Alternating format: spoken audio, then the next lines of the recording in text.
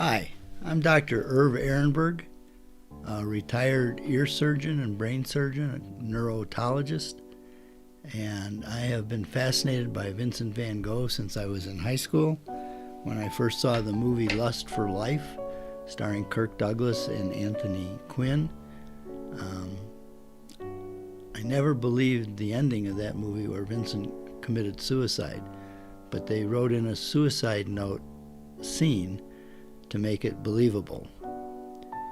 I never followed up on that, but when I wrote the article for JAMA on the 100th anniversary of Vincent's death, showing that Vincent had violent attacks of vertigo instead of his presumed diagnosis of epilepsy, I never believed then that Vincent committed suicide. It wasn't until I saw the movie Loving Vincent that I decided to write the first book in the Killing Vincent project called Killing Vincent. That was primarily to follow up on the forensic study by Dr. Vincent DeMaio, who was a world expert on gunshot wounds, and was requested by the authors of the book Van Gogh the Life, a wonderful biography by Stephen Naifa and Gregory White Smith. They put in their book in an appendix that Vincent was likely shot by a teenager.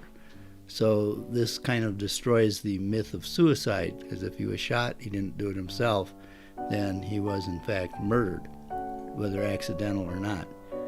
So that was the basis and the motivation for me to write Killing Vincent.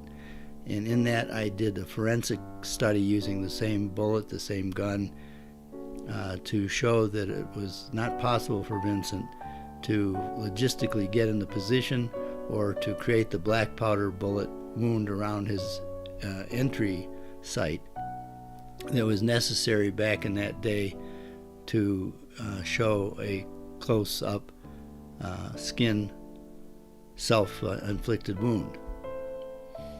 I wrote the new book, Love and Murder, because when I completed Killing Vincent in the Killing Vincent project, that basically proved that Vincent could not possibly have committed suicide, I wanted to focus on who did murder Vincent and why. Van Gogh was likely murdered because of a unmasking of a love affair between Vincent and the daughter of his doctor. This caused a huge rift in their relationship and led ultimately to Vincent being murdered.